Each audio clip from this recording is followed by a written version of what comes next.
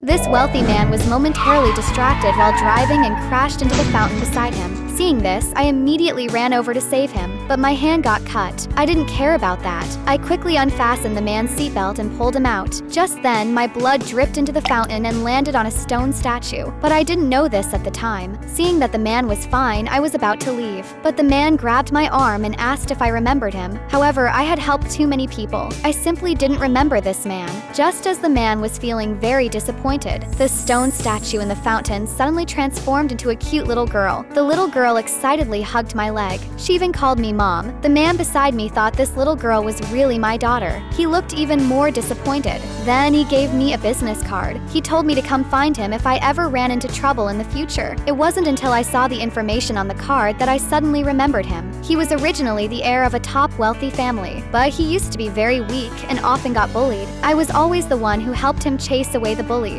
I was about to greet him, but he had already left. I looked at the girl beside me and asked her where her family was. The girl said she had gotten lost from her family. With no choice, I decided to take the girl back to my rental room first. However, I forgot that my rent was due and I could only sleep on the street. The little girl was attracted by the smell of sausages from a roadside stall, but I was so poor at the moment that I didn't even have money to buy food. Just as I was wondering whether to ask the man for help, the little girl saw the man's car again. She directly stopped the man's car, startling the people inside. When the man got out, he was very surprised to see us, afraid he would ask me to pay for damages. I quickly explained that it was the girl who had damaged the car, and it had nothing to do with me. But to my surprise, the girl hugged the man's leg and called him dad. The man was very confused. I could only lie and say that this girl had never had a father since she was little, so she would call any handsome man she saw dad. Hearing this, the man thought I had been abandoned by a bad boyfriend, so he decided to be the girl's father and took me and the little girl back to his home. However, when we arrived at the man's house, I was terrified to see that all the antiques in his house had come to life. They even invited us to dance. Confirming that this wasn't my imagination, I fainted from fright. When I woke up again, I saw the girl scolding those dancing antiques. Seeing that I was awake,